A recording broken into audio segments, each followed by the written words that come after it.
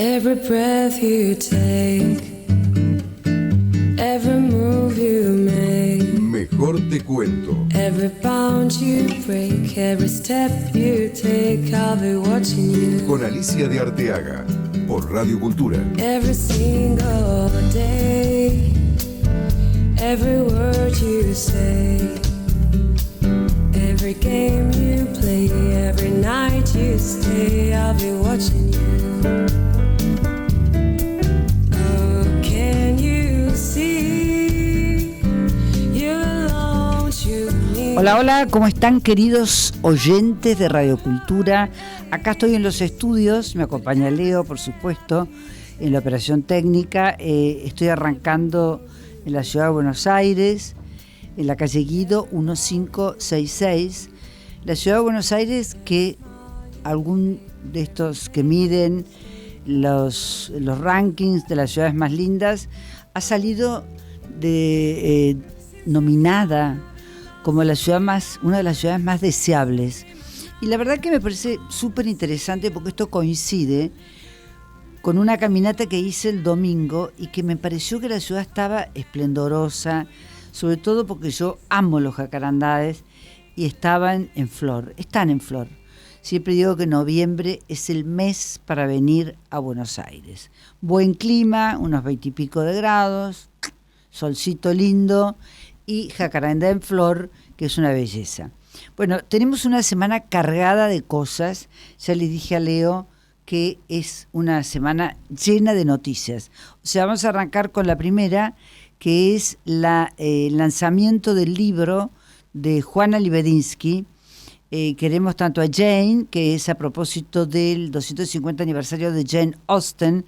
En la foto está ella con Guillermo Martínez a su izquierda, Tamara Tenenbaum a su derecha, y están, vestidos un poco de época, tratando de emular lo que es la cantidad impresionante de fans y de gente de todo el mundo que sigue a Jane Austen como si fuera una escritora que terminó su libro ayer, y en realidad se celebran 250 años de su muerte, y aparte de la fama que adquirió por esos libros que, como bien dijo Guillermo Martínez, que es un escritor que a mí me encanta, que está en el suspense, en la cosa del crimen, es un perfeccionista, y Tamara Tenenbaum con un gran humor.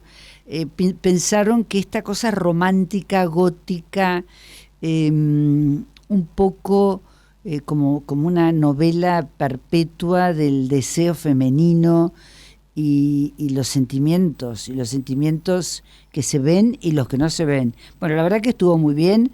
Pasamos a la otra, Leo, que es la tapa del libro, ya está en las bateas de las librerías, así que Juana Saiz Barral, Mercedes Guiraldes, Planeta, a todos les deseo el mayor de los éxitos.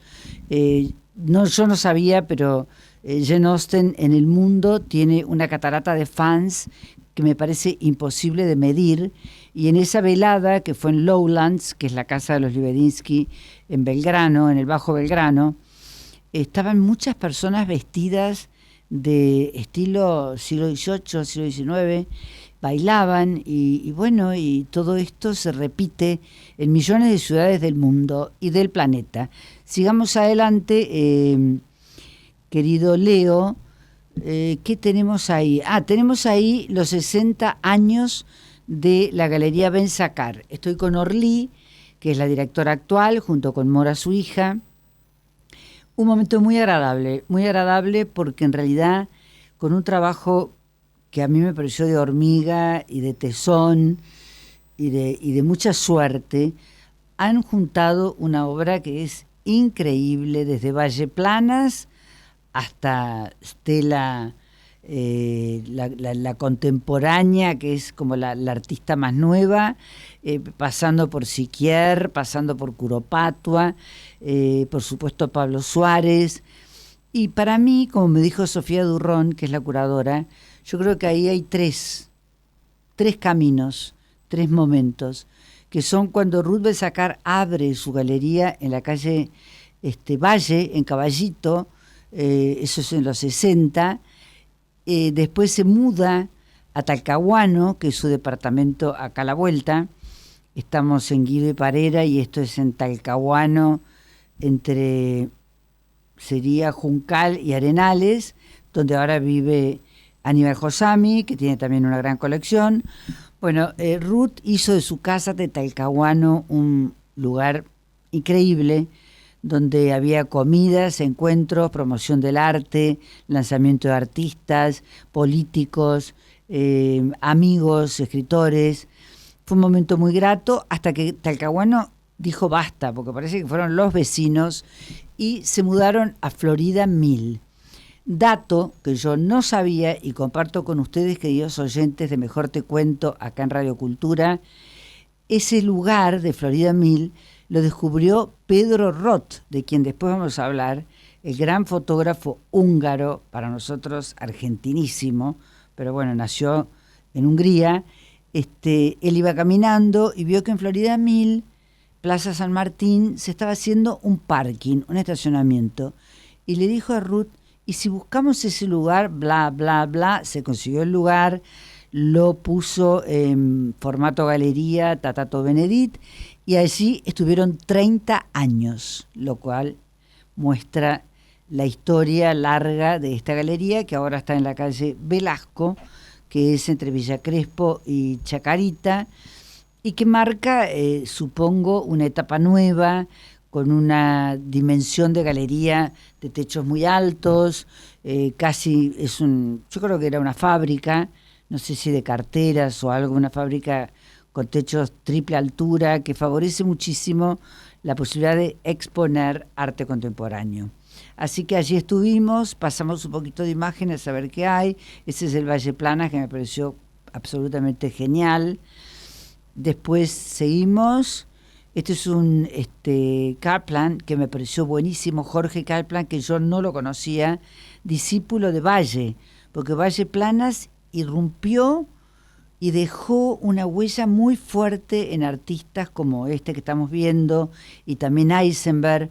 Bueno, hay toda una historia que yo les recomiendo que vayan. Pablo Suárez, acá en una escultura típicamente suaresca, con esa cara tan sin piedad que tiene la obra de Pablo Suárez, y seguimos mirando, y acá mucho no alcanzo a ver. Esta es una obra de Berni, divina la obra, divina en el sentido de que es una obra rara, es una obra distinta, no está ni su periodo social, ni su periodo final, con toda esa cosa más grotesca de lo que hizo a partir de los 70, pero es un muy buen trabajo y está abriendo la muestra, que lo cual es una elección muy positiva.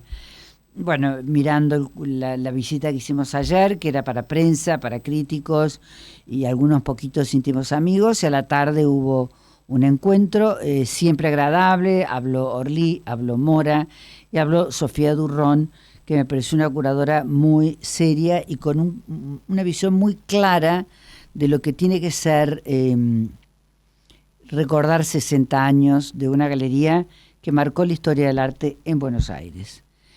Este es el premio Clem, que lo ganó Alberto Goldenstein por esta fotografía.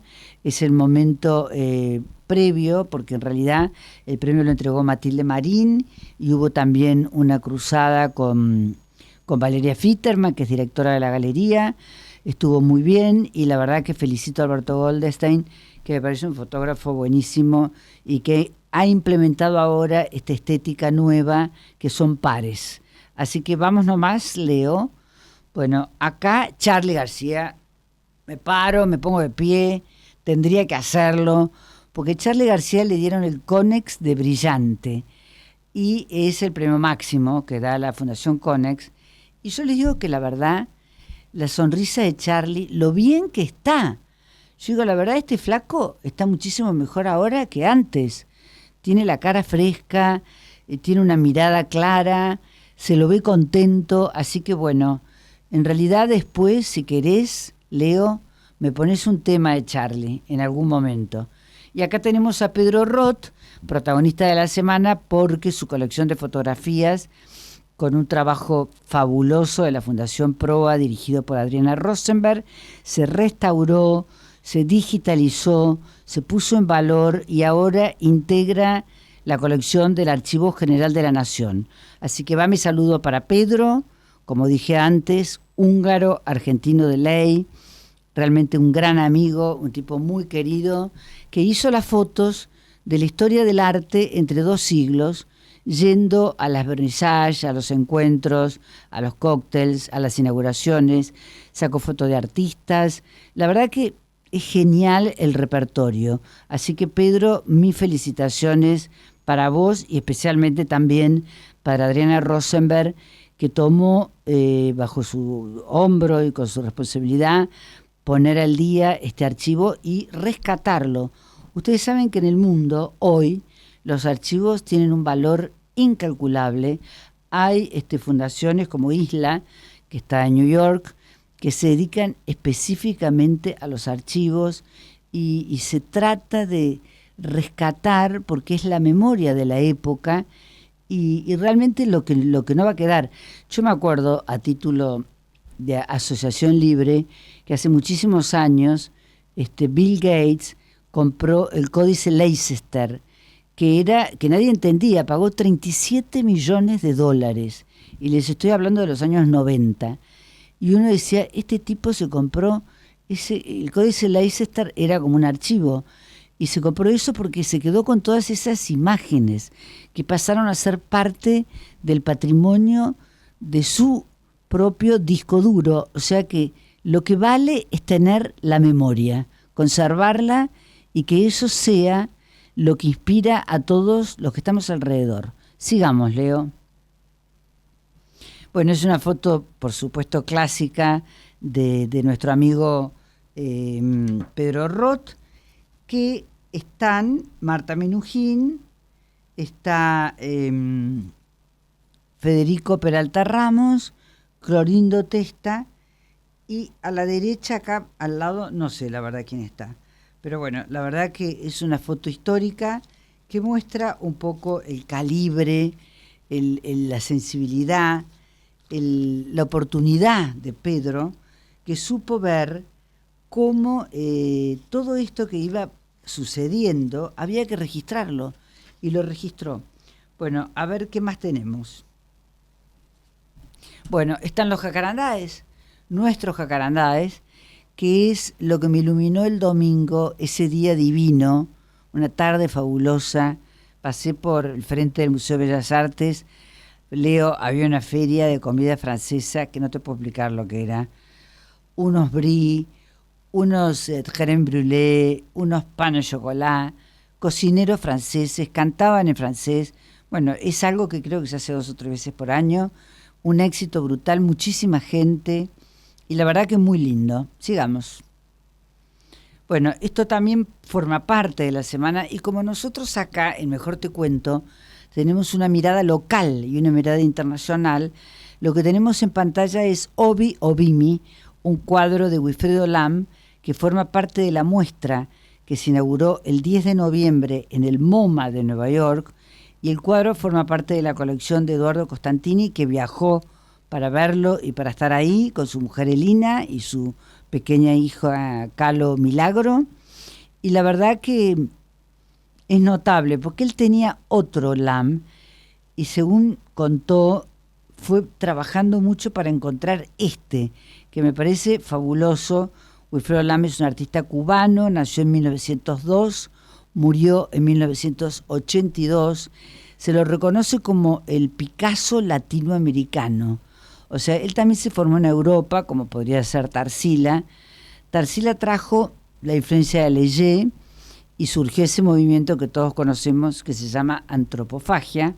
Lam fue más para un lado surrealista, con una mirada un poco más selvática. Él tenía una cruza rarísima porque era de origen africano, cubano, formado en Europa, enamorado un poco de las vanguardias históricas. O sea que supo crear una obra que es absolutamente única. Y sigamos.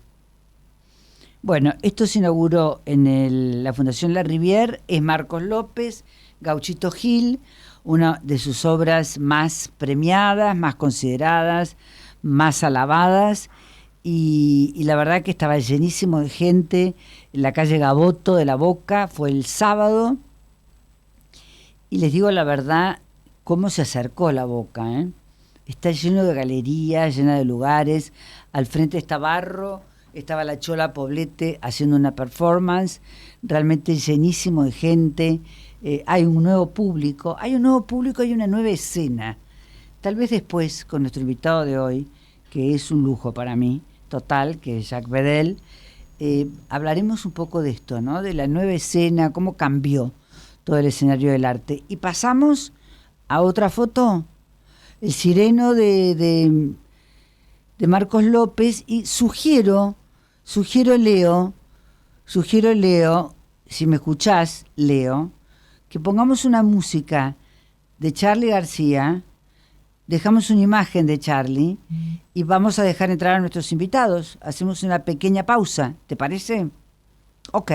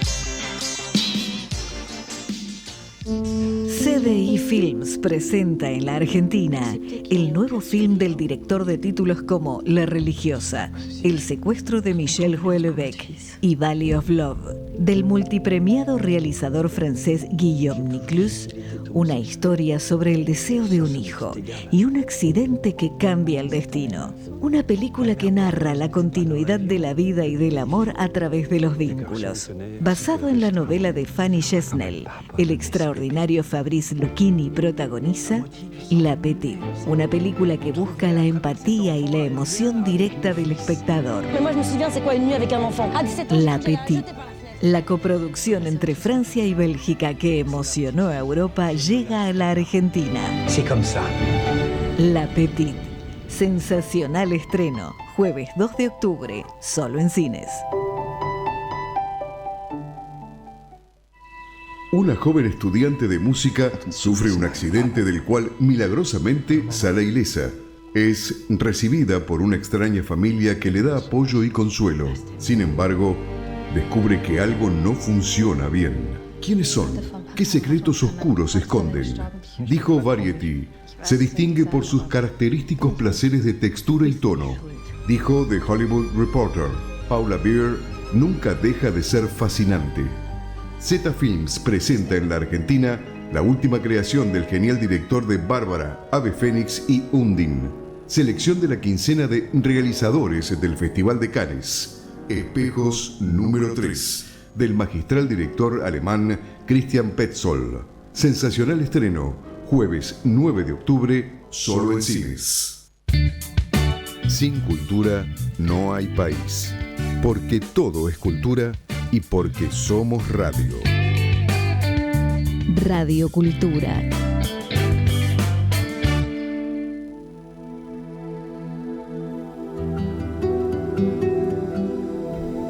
Bueno, queridos amigos, estamos en el aire.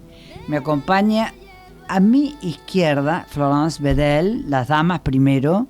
Un placer que estés acá, Florence. Gracias, Alice, por tu invitación. Un gran placer. Florence además es la autora de los libros, la obra política y la obra arquitectónica de Jacques Bedel. Y a mi derecha, el maestro Jacques Bedel, que tengo que decir que lo considero un poco Dorian Gray. ¡Epa!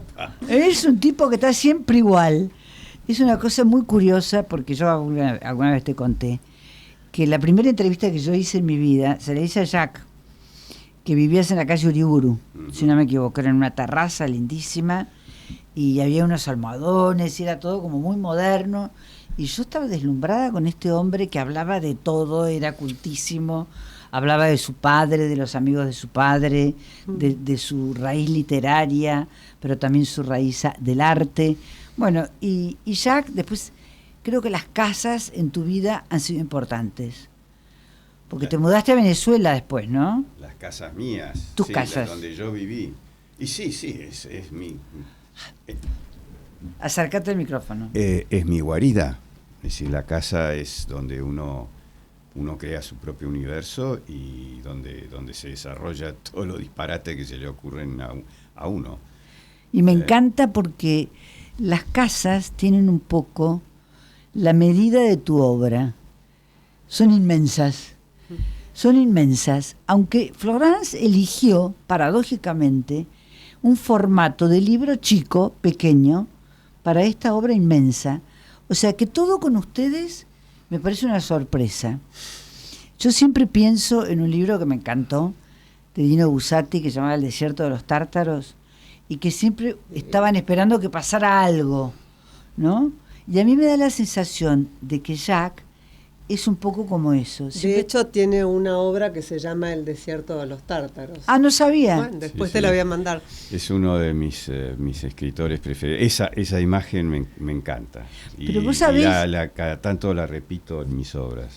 Pero qué curioso, porque cuando yo vi tu obra, que no la conozco de ahora, la conozco de hace muchísimo, pero ahora repasando con los libros y mirándolo del Recoleta, siempre pensé que eras un hombre que estabas esperando algo y que pasara algo. Puede ser el fuego, puede ser una inundación, puede ser el agua que invade esos espacios, pero Contame cómo es el fluir de esta transformación que pasa de una cosa a la otra sin pausa y con cierta prisa.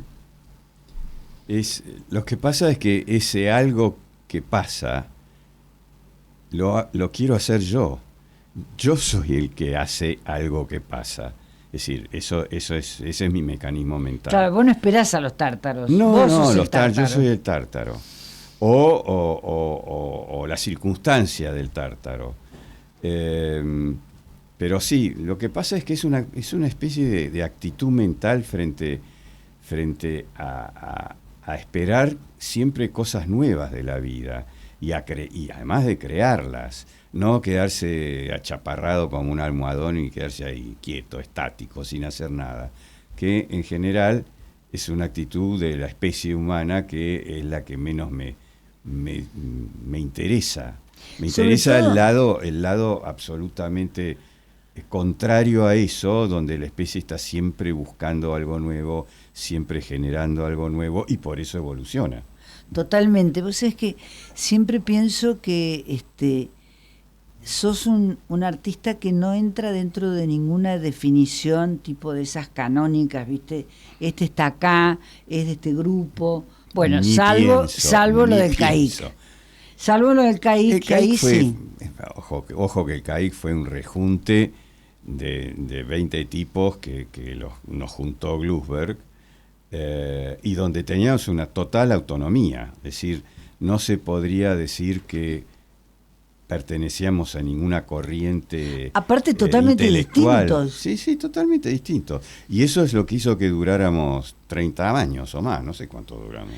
Hay dos cosas ahí que están muy buenas. Una, lo del rejunte, que me parece una señal de libertad absoluta, porque no es que vamos a decir, juntamos manzanas y hacemos esto, sino que juntamos manzanas, peras, damascos, y vamos para adelante con la libertad que cada uno tiene.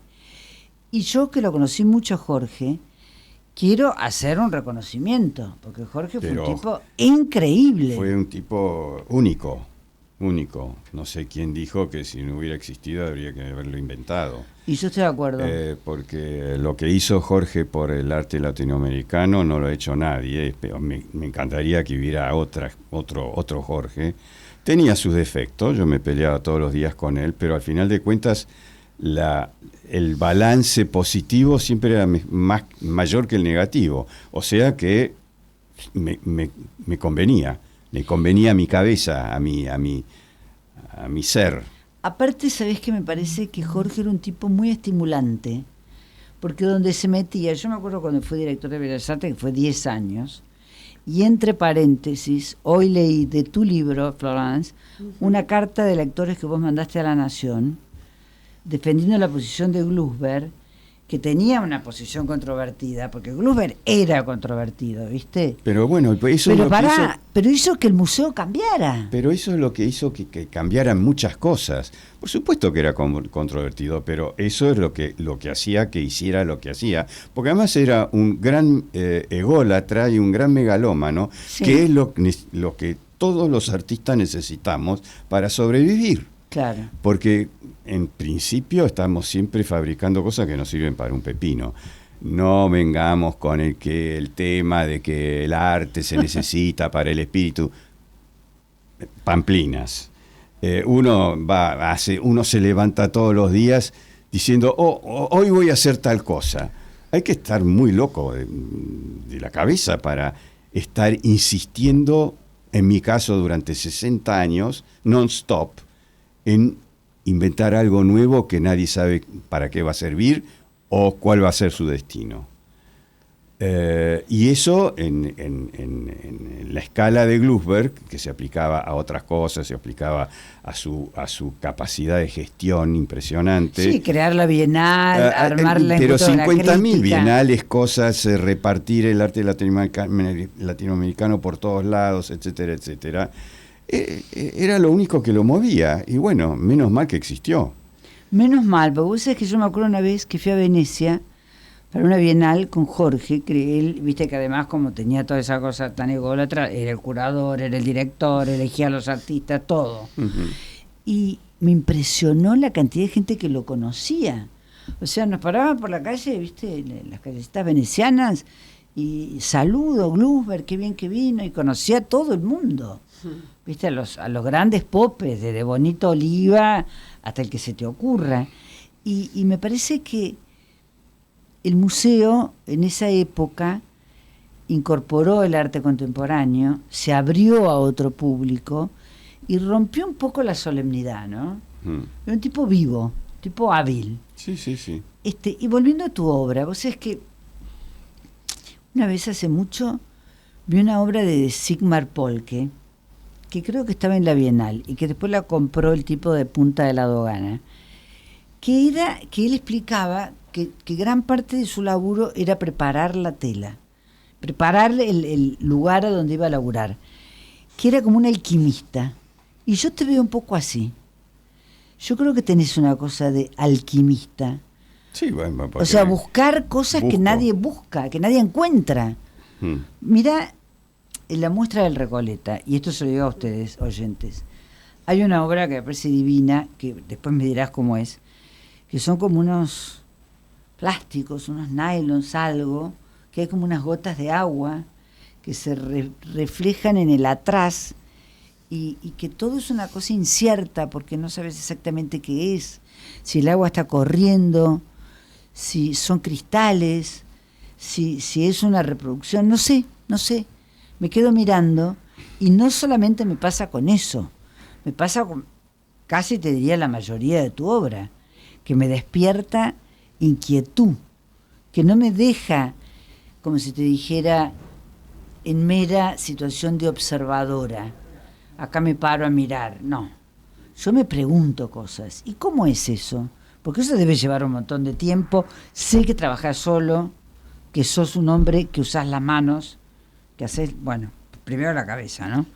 Y después las manos. Pero ¿cómo es eso? ¿Cómo se va produciendo esa génesis de procedimientos tan diversos? Bueno, esa es la intención, generar inquietud. Me parece que es la única razón del artista en el siglo XX.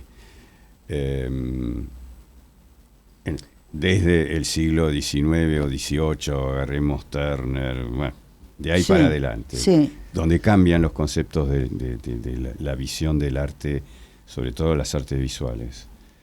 Y para mí el parámetro de la obra, de la buena obra de arte, es la que no se olvida.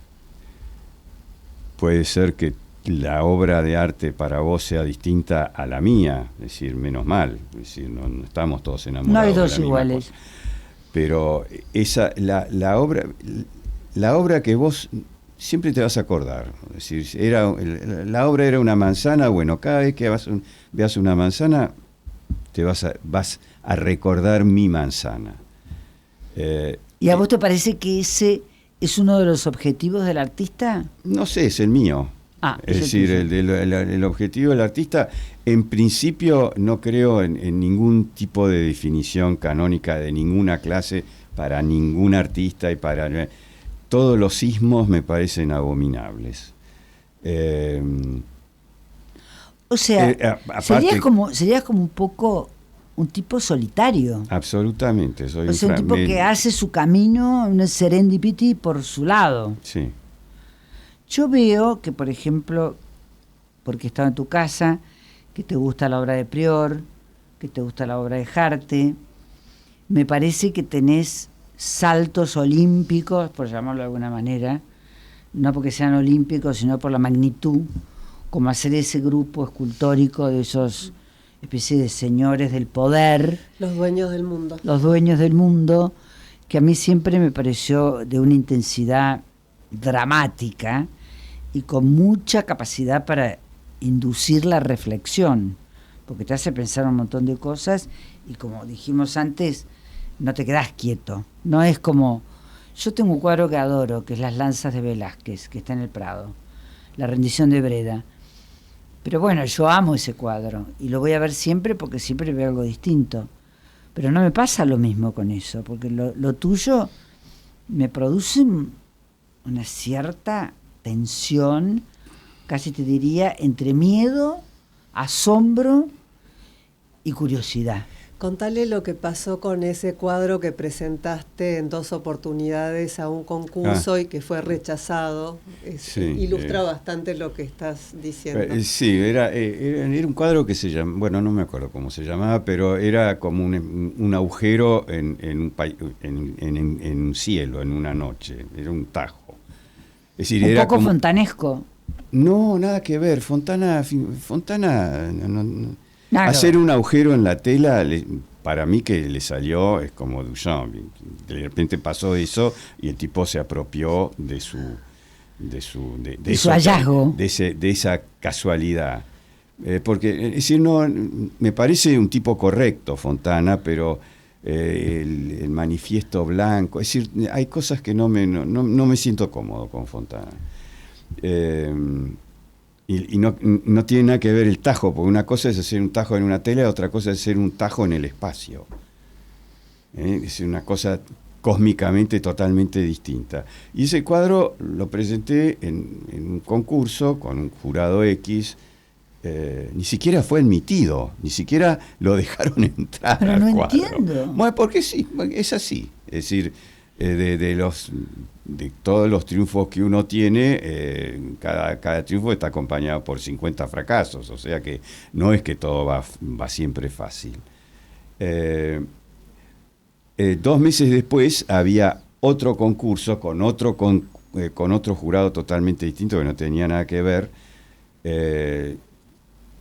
Lo presentás. Volví a presentarlo y de nuevo no es que no me gane el premio ni una mención ni nada, ni siquiera fue aceptado. Pero me parece Bueno, insólito. Fue así. Y yo dije, este cuadro es buenísimo, obviamente. Entonces lo volví a presentar por tercera vez. Definición muy clara de lo que es este hombre. Exacto. Y lo presenté y ganó el premio y lo compró la Universidad de Palermo, creo. Pero mirá, Pero yo le saqué una foto y se la llevé a un psicoanalista. que te explique qué Le pasaba. dije, tío, ¿a vos se te ocurre por qué este cuadro genera esto?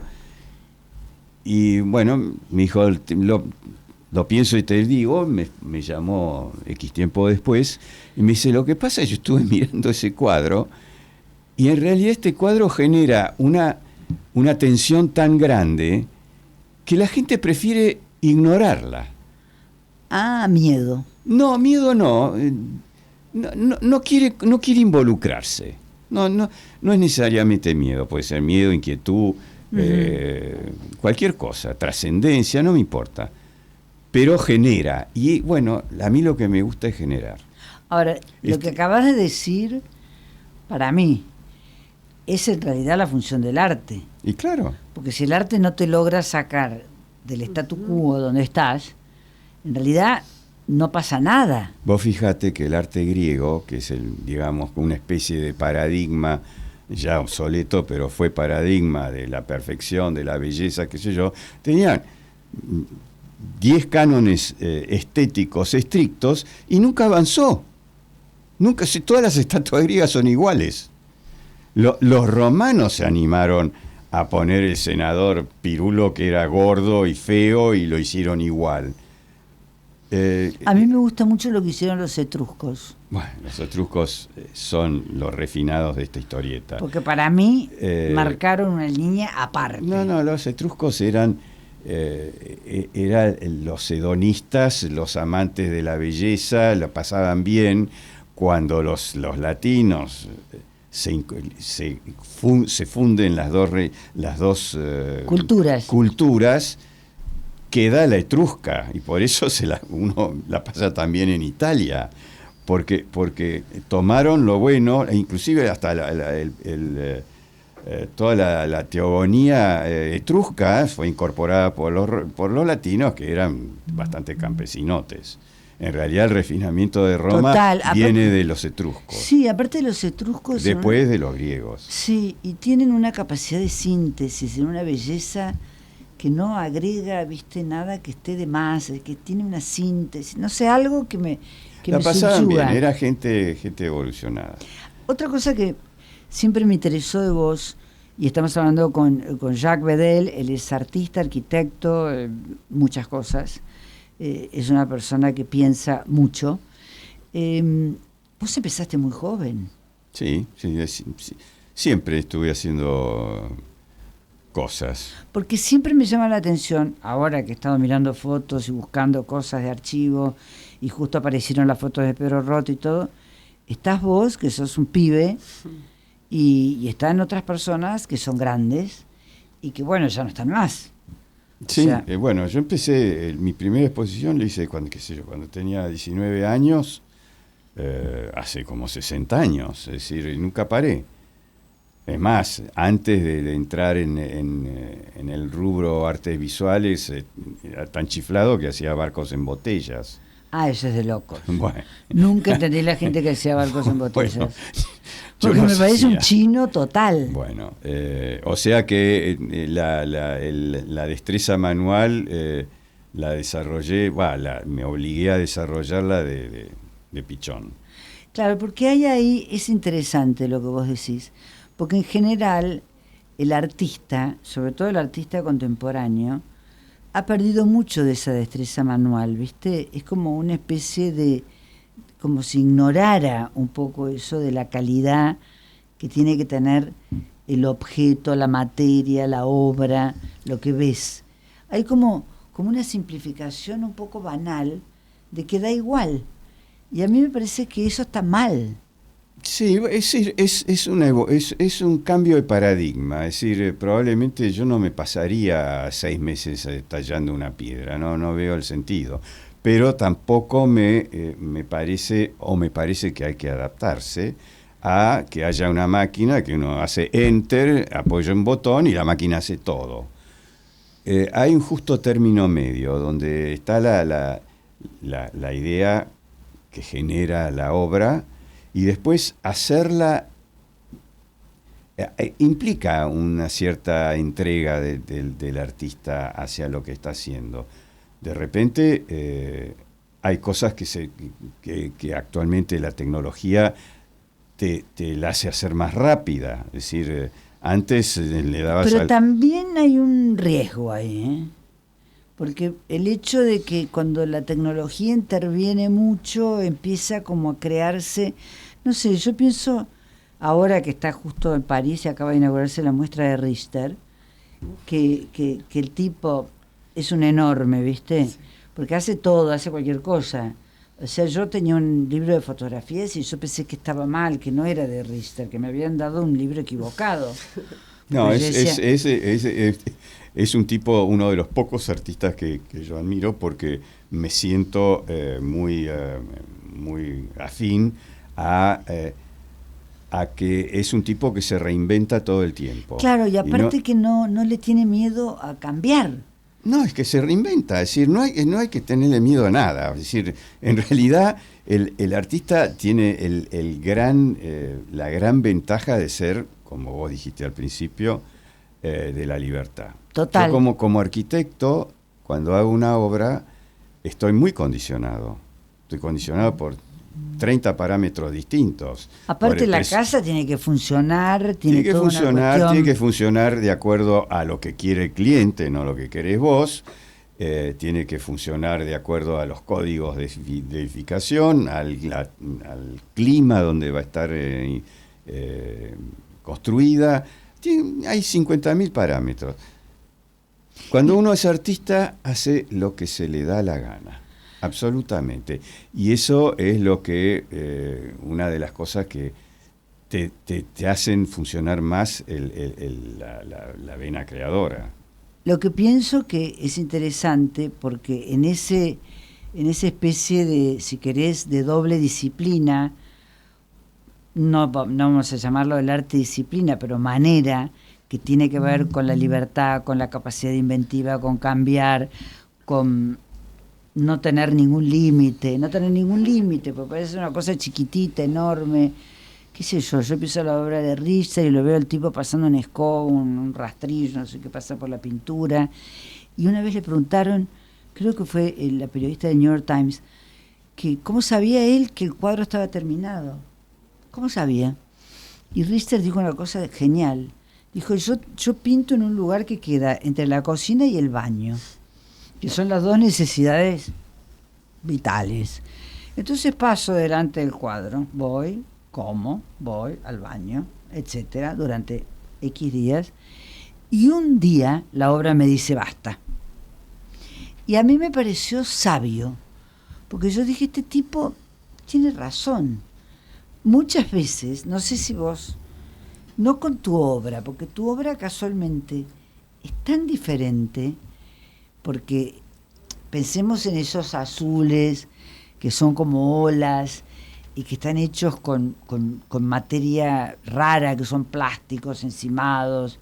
No conozco el procedimiento total, pero el resultado es absolutamente visual, atractivo, pero no es pictórico en el sentido tradicional, ¿no?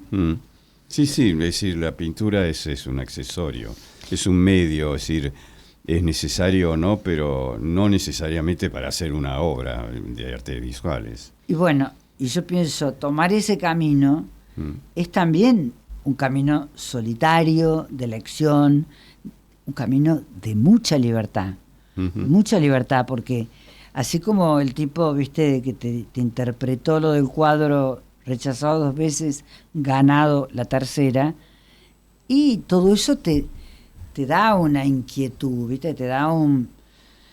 A mí me parece que de todas las obras, esas que son fotografías, las que están con inundadas, ¿no?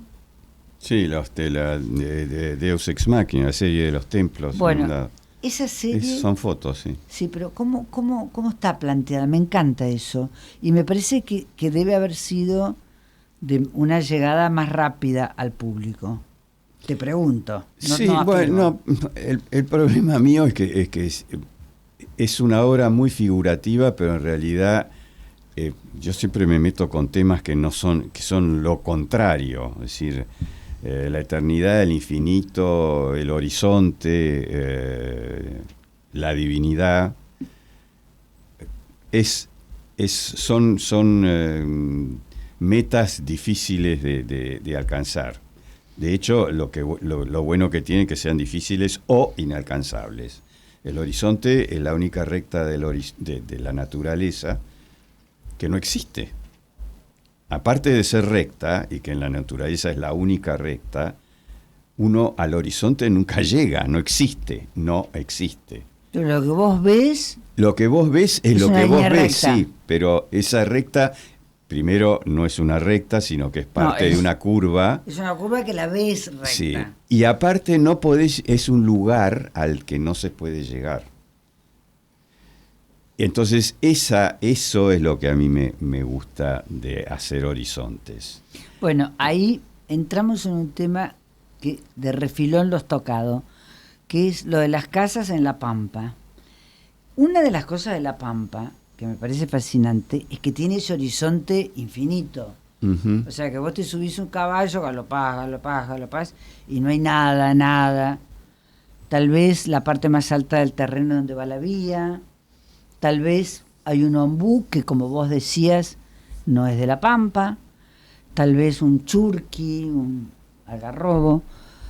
Y vos sabés que los artistas que han venido acá, por ejemplo, Miquel Barceló, a quien entrevisté, una de las cosas que más le fascinó fue esa inmensidad. Y yo pienso cómo es plantear una casa en ese lugar, porque ¿qué la contiene? No hay nada que la contenga. Eso es lo fantástico, el vacío. De hecho, algunas, las casas de campo, las he planteado, no tiene ni siquiera jardín la casa. La casa está ahí, cayó con un plato volador. Y los 10, 15 metros que rodean la casa inmediatos tienen una especie de parquización fundamental, digamos. Pero el resto, el jardín es La Pampa. Es decir, me gusta que la vaca se acerque al que me mire por la ventana. Claro, respetás el pampa grass, el famoso yuyo, viste, los yuyos pamperos de acá. Sí. Yo he estado y he conocido la casa de, creo que es María Alicia Mitre, que queda en Maipú, y me pareció divina. La de González Calderón es esa casa. González Calderón. Tenés razón. La La de Mercedes Calderona. Cuyen. Sí, Mercedes Cuyen. Y vos sabés que me pareció tan increíble, porque la casa está en la nada y al mismo tiempo es absolutamente cozy. Es absolutamente que te contiene en esa inmensidad. Esa era la idea. Y me parece que la creación del artificio, porque termina siendo un artificio, que son las columnas, llamémosle revocadas o de ladrillo, te crean un entorno. Un entorno vacío, es decir, Un entorno vacío. No generan límites, pero el conjunto genera un límite. De hecho, lo de González Calderón son varios edificios en sucesión, con unas especies de paredes que se van sumergiendo en el pasto, que le da una dimensión enorme al lugar, porque el lugar al final de cuentas tiene como medio kilómetro de largo cuando uno ve todo junto, pero en realidad construidos debe haber menos de 700 metros, pero cuando uno lo ve parece una instalación inmensa. Eso me parece muy genial, porque a mí me pasó cuando estuve, que sentí que estaba en la nada y tenía todo, y tenía como una especie de, que es una palabra muy del campo, ¿no? Tenía como un cobijo, como un arrimo, como una cosa que te daba la sensación de que estabas protegido. Y eso me pareció muy, me conmovió, ¿viste? Me pareció cómo se puede crear un paisaje sin cambiar el paisaje, porque los yuyos no estaban cortados, ¿viste? Tipo máquina de cortar pasto, prolijito, canteros, hagamos todo el entourage propio de la casa de campo tradicional, y mantiene eso salvaje y al mismo tiempo te contiene. De Está todas bueno. maneras, hay que tener suerte de tener un cliente como ellos. Bueno, eso habla en favor de la persona que es cómplice mía. Es decir, esa casa se pudo hacer porque me dejaron hacerla. pero mira, Cosa que no pasa muchas veces. Mira, Jack, si no hubiera un cliente que te quiere y te da lugar, no existiría Güell, no existiría todo lo que hizo Gaudí sin Güell, Sí. no lo podría haber hecho. O sea, tenemos muchísimos ejemplos de la historia que necesitas el que hace y el cliente. Antes eran los papas, después fueron los reyes, pero siempre está. Pero lo que hay ahí es una comunicación de que el tipo inspira o desea lo que vos hacés, porque ya tiene eso una trayectoria. Mi pregunta ahora es un poco, ¿qué pensás hacer ahora? ¿Qué tenés en la mente en este momento? Es un momento lindo porque todo el mundo habla de vos, te hacen el Recoleta, las dos personas no están más, ni Benedit ni Testa, dos tipos fantásticos totalmente distintos de vos. Totalmente, y entre ellos también. Es decir, éramos totalmente distintos, pero ese proyecto lo hicimos con una total armonía, es decir, sin conflictos. ¿Cómo se hace eso? ¿Cómo No se sé, logra? tuvimos suerte. Por lo pronto eran los tres, soy arquitectos y artistas, o sea que el proyecto de esta instalación, digamos, cultural, lo conocíamos desde los dos puntos de vista. Y bueno, en realidad éramos cómplices, estábamos haciendo un despatarre cómplice. Pues es que es increíble, yo los conocí muy bien a los tres, a vos, que te estoy viendo acá, a Clorindo y a Tatato. Y me parece que realmente eran muy distintos, pero que tenían algo como muy parecido, como tipos disruptivos, así como personas, o sea, Clorindo, viste, era capaz de cualquier cosa. Uh-huh. O sea, era un loco lindo, que bueno, los edificios que hizo son muy raros. Una vez una persona me dijo que en el cuarto de los Di Tella no había puesto un enchufe para la mesa de luz. Se había olvidado, ¿viste? Por ahí eso fue el constructor, no fue Bueno, Clorindo. pero lo que te quiero decir que Clorindo era así. Él le hizo la casa a Guido Di Tella y le hizo la casa a Guido Di Tella. Hay Una una vez casa... alguien contó que había hecho un cuarto para niños como como si te dijera de 2 metros por 10, pensando en que los chicos se lo pasan jugando a los autitos, a las carreras. Me pareció brutal eso. Es un edificio acá en la calle Rodríguez Peña, creo. Sí, un edificio raro, Sí. que yo lo fui a ver una vez porque se vendía uno, y te quiero decir que pensé que estaba totalmente chiflado cuando hizo eso, porque era re difícil de entrar, de moverse. Cuando vos entrabas en lo que podría ser el porche, había como un espacio que bajaba y había una piscina. Sí, hay una piletita. Una piletita en cada balcón. Una cosa loca, increíble.